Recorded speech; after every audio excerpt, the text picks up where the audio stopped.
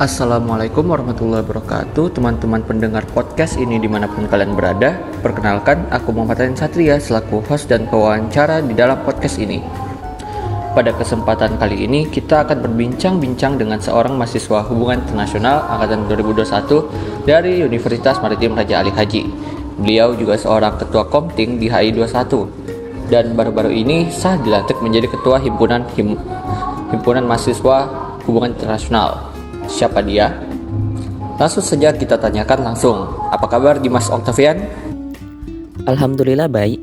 Terima kasih Rehan. Jadi ada apa nih? Kok ngundang aku ke podcast ini?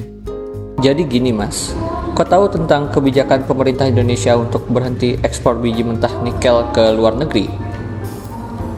Iya, aku tahu. Menurut informasi yang aku dapat, kebijakan itu diambil untuk mendukung pengelolaan biji nikel di dalam negeri dan meningkatkan nilai tambah produk nikel yang dihasilkan. Benar sekali. Dan bagaimana menurutmu? Apakah kebijakan tersebut akan berhasil atau tidak? Sejujurnya, aku kira keberhasilan kebijakan tersebut tergantung pada banyak faktor. Misalnya, bagaimana kapasitas industri pengelolaan nikel di dalam negeri dan bagaimana tingkat permintaan pasar terhadap produk nikel yang dihasilkan. Jika kepastian industri cukup besar dan permintaan pasar tinggi, maka kemungkinan kebijakan tersebut akan berhasil. Namun, jika tidak, maka kebijakan tersebut bisa saja tidak berhasil atau bahkan merugikan negara kita.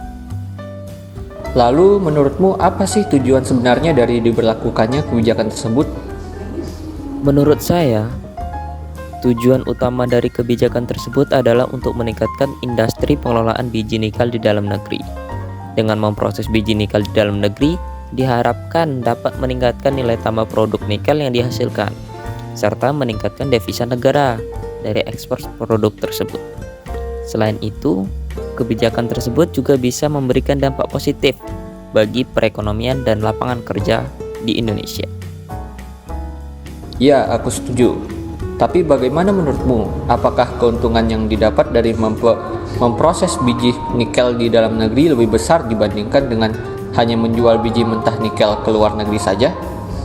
Sejujurnya ya, aku kira keuntungan yang dapat dari memproses biji nikel di dalam negeri bisa lebih besar dibanding dengan hanya menjual biji mentah nikel ke luar negeri. Dengan memproses biji nikel di dalam negeri, kita bisa meningkatkan nilai tambah produk nikel yang dihasilkan, sehingga harga jual produk tersebut bisa lebih tinggi daripada sebelumnya.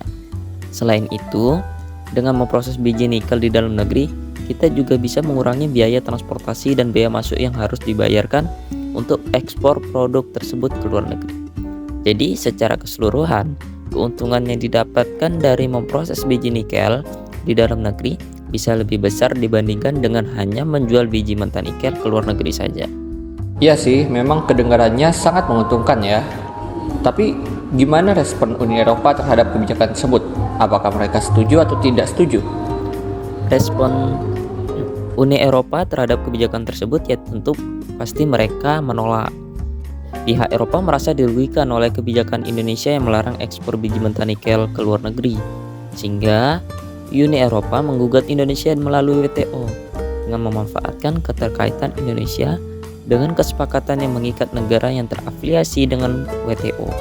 Oh, kenapa ya Kak? Kok mereka gak terima?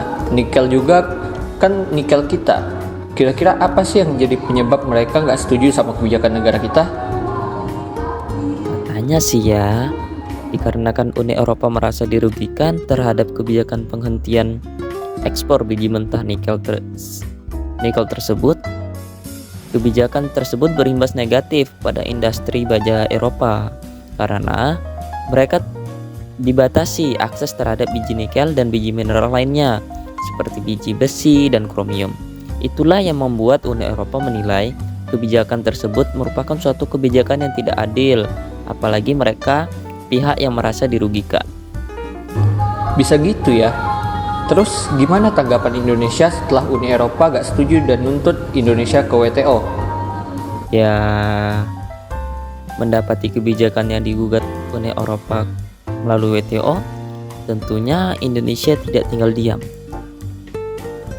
Bahkan, Presiden Jokowi pada 18 November 2021 menyatakan dengan tegas bahwa Indonesia akan terus melanjutkan hilirisasi komoditas tambang termasuk nikel, serta melanjutkan larangan biji nikel yang telah berlaku sejak 1 Januari 2020 lalu.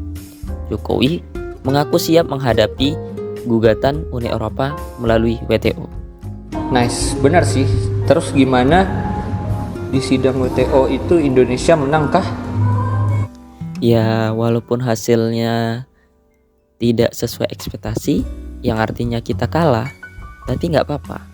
Indonesia tetap akan menjalankan hilirisasi pengelolaan biji mentah nikel dalam negeri, sampai mensiasati pemaksaan ekspor nikel ke luar negeri dengan menaikkan pajak ekspor nikel mentah ke luar negeri. Nice move. Semoga program ini berhasil sih. Untung besar kali Indonesia kalau program ini berhasil.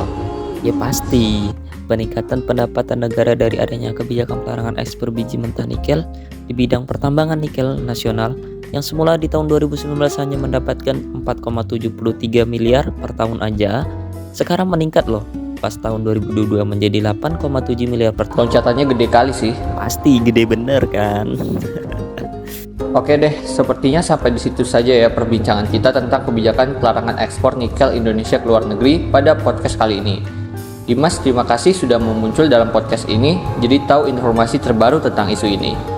Oke, nice. Sama-sama Rehan. Terima kasih atas kesempatannya diundang ke sini. Yap, terima kasih. Tak lupa kita aturkan kepada teman-teman pendengar podcast kali ini. Sampai jumpa di kesempatan lainnya. Wassalamualaikum warahmatullahi wabarakatuh.